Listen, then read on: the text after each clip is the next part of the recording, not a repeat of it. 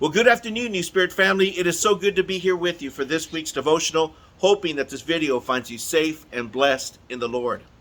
It's raining, and oh boy, it feels so good to be out here enjoying the beautiful rain from heaven. We know it's been hot and dry, and how this parched land needs desperately this beautiful rain from above. And my wife and I, we've been studying the book of Acts these last several weeks, and I remembered when I saw the rain coming down, Acts chapter 14, verse 17, where we read about Paul and Barnabas' first missionary journey when they enter into Lystra and they heal a lame man. And there they encounter the crowd, and the people, they actually think that Paul and Barnabas are Zeus and Hermes in the flesh.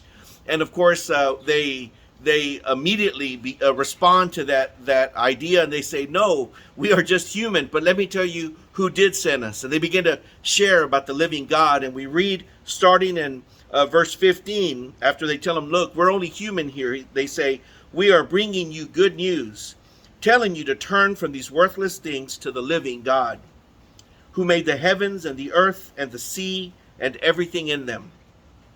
In the past, he let all nations go their own way, yet he has not left himself without testimony. And we read in verse 17 that he says, he has shown kindness by giving you rain from heaven and crops in their seasons. He provides you with plenty of food and fills your hearts with joy. So Paul reveals to the people of Lystra, look, you don't know this God, but yet this God knows you. He has never let his testimony be completely blank to you. The Lord has revealed himself by the rains from heaven, from the crops, from the food. In other words, this good and gracious and holy and perfect God is a God who loves you and provides for you. He is a God of provision.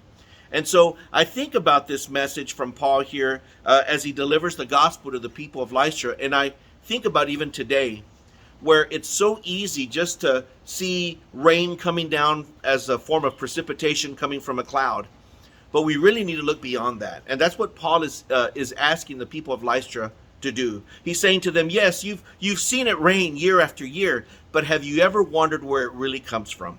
And we really need to look and count our blessings in our own life and examine everything that we have and say, where do I really think all of this comes from? And if we were to really ponder and meditate on what we have and where it comes from, I think that it would reveal to us and it would lead us to the understanding that there is an ultimate source behind everything that we have. And so take a joy in this and the understanding that God is a gracious and giving God. And this aligns also with the scriptural witness of this. And I think of Isaiah chapter 45, verse 8, where this idea of raining down doesn't just deal with rain and water, but also the blessings of God. Listen to Isaiah 45, verse 8.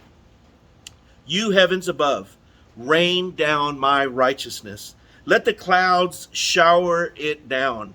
Let the earth open wide. Let salvation spring up. Let righteousness flourish with it. I, the Lord, have created it. Amen. So take joy in this and remember, even in the rain, find and practice the ability to see beyond those things and say, where does all this come from? And may this be a hope and a message to those who really haven't given it much thought. Paul challenges to do so. He says, think and consider everything and where it comes from. And in the end, you will see that there is a good and loving God behind all things. Have you given thanks for your blessings? Have you given thanks for your job, for your health, for your children, for the good things in your life, and even the difficult things in your life, knowing that all things work together for the good of a God who loves us? May you be blessed by this message, encouraged to continue on in your search for Christ. Until next time, my friends, God bless you.